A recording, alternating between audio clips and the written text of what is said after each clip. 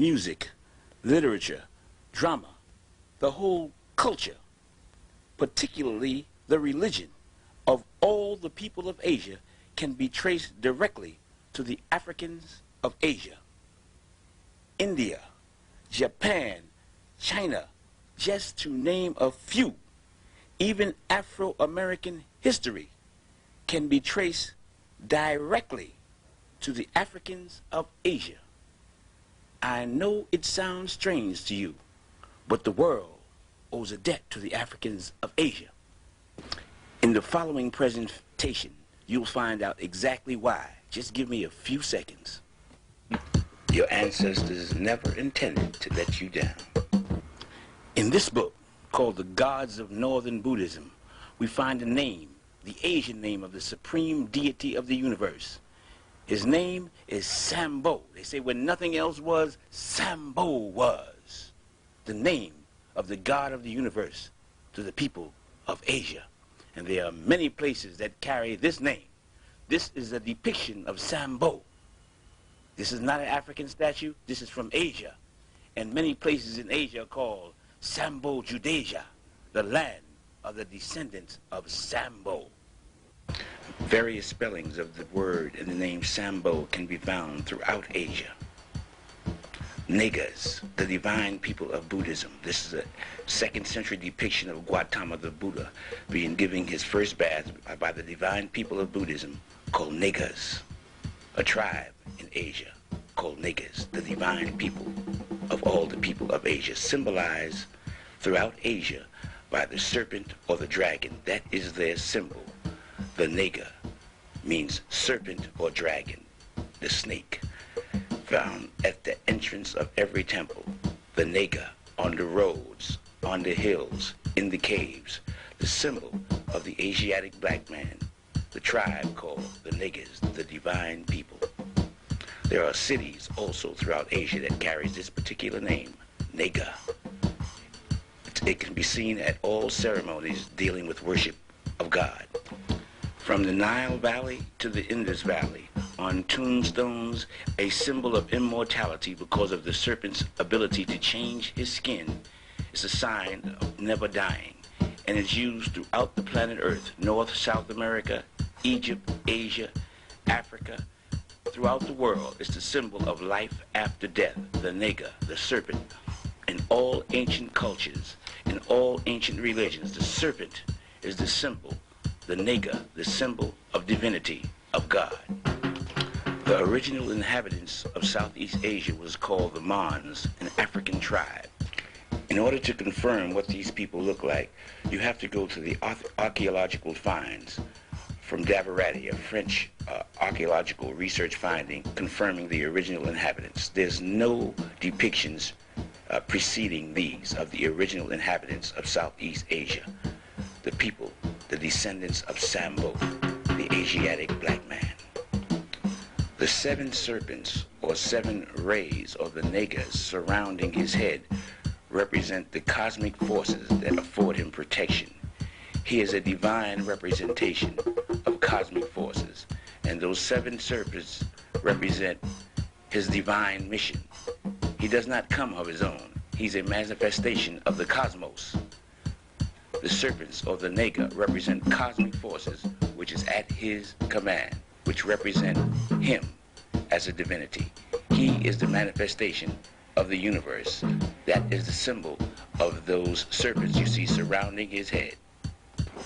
In essence, the 7 serpents are cosmological, dealing with astrology, astrological representations of those forces of the cosmos that he represents. He is a universal monarch, a universal king, which he manifests and he shows evidence of.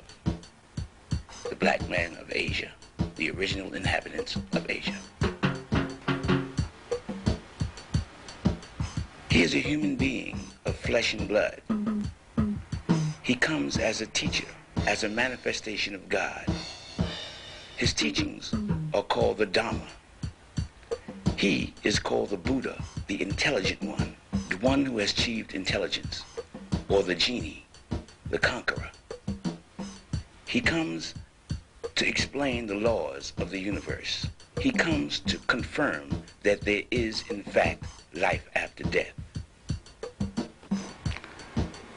When the Buddha appears, he appears as a preacher, and he preaches the Dharma, that existence is a continual cycle of death and rebirth, and that each person's position and well-being in life is determined by his or her behavior in their previous lives.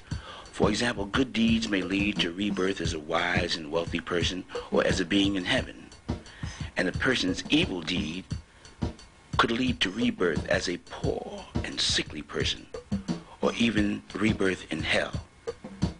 He preaches that you reap what you sow. A Buddha also teaches that it's possible to break out of this cycle and gain a kind of perfect peace and happiness by practicing righteousness. They are manifestations of God. According to their prophecies, they promise to prove and make manifest through a Buddha or a Jina life after death before the end of this century. How can you teach a people to know God if he himself does not know God? If you try teaching a Christian that God is also a human being, or manifests himself in the form of a human being, or makes himself known through a human being, they will say that you're crazy, that you don't believe in God. Meanwhile, they admit that he's a mystery God who is unknown. They teach not to make any likenesses of him, yet they adorn their walls and churches with pictures, images, statues like human beings. They also say he is a spirit that cannot be seen. They cannot see him, yet they believe in him. In order to remove all doubt, the Buddha, the enlightened one, the intelligent one, the genie, the conqueror, decided to make manifest to the world irrefutable evidence. They wanted to prove to a people in the future the manifestation of God, that God manifests himself through human beings, through men. Now, prophecy is irrefutable. A prophecy is a written confirmation of what will happen at a future date. These people, the black people of Asia, predicted or prophesied what they would do 2,500 years into the future. The prophecy states that he would send something from the past and join it with something from the future, something from the material world and join it with something from the spiritual world. The union of both the past and the future worlds, and the spiritual and the material worlds, would be contained in the revelation of a secret mystic diagram called the Mandala of Two Parts. This is a depiction of the future Buddha who would make this manifest at a point before the end of this century. Now, the scriptures of the world have all prophesied at the end of the age, which we are now entering, the age of Aquarius, we shall see the revelation of that which is secret, and the emergence into the light of day of that which has hitherto been concealed and veiled. This, our present age, is that time, the end of the cycle, the beginning of the new age. This book by Ivan Van Sertima raises the question of the African presence in early Asia. How did they get to Asia? This is the future Buddha. How did they get to Asia? They were called the Mons, and the wind and the rain in Asia is called the monsoon. This is the key to how they got to Asia.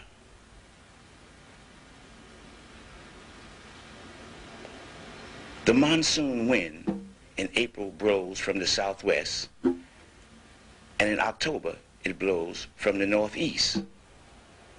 The monsoon wind blows from Africa to Asia, and from Asia back to Africa. The wind from April to October blows from the southwest, and from October to April it blows from the northeast. These two trade routes and routes that of travel is the direction of the Mons, the Africans of Asia. They went from Africa to Asia, and from Asia to Africa, and they were called the Mons. Like the monsoon, Africa was called Hither India, which India, here I am, come hither, come here where I am. And they would get on the ocean and get in the wind. This is where the phrase get in the wind come from your previous life. The Africans of Asia got to Asia by getting in the wind. This is confirmed from the 1st century. The Greeks knew how they got to Asia, the wafting sailors. They call it the divine ship of salvation. The Mons, when they would arrive in Asia and when they would leave Asia. The Japanese badge of nobility is called a Mon. The monsoon, the monastery, Mani, is identified with the black man of Asia.